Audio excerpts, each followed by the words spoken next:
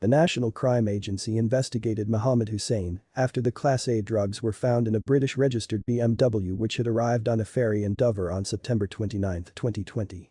Hussain, who was driving the car, initially told border force officers who had stopped the vehicle that he had been on a trip to Frankfurt, staying at a Holiday Inn. But when questioned further, he couldn't provide any details and then changed his story to say he had been to Amsterdam during the previous 4 days.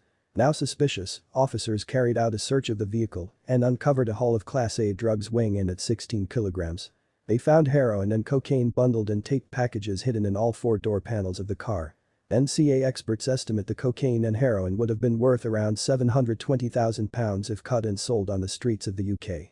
Hussain was subsequently charged with attempting to import Class A drugs and convicted in June last year, following a 4-day trial at Canterbury Crown Court. The second defendant, Mustafa Yusuf from Feltham, who was a passenger in the car with Hussain, was cleared of importing drugs following a retrial last month. Small amounts of cannabis were found in his underpants after the car was stopped, for which he was given a 6-month conditional discharge at the time of Hussein's conviction. Hussain was sentenced at the same court. NCA branch commander Mark Howes said. Hussein's account of his stay immediately roused suspicion, and his inability to recall where he'd spent the days before his arrest simply was incredible. His car was carrying a dangerous cargo of Class A drugs, the type county lines gangs and other exploitative criminal networks distribute across the UK.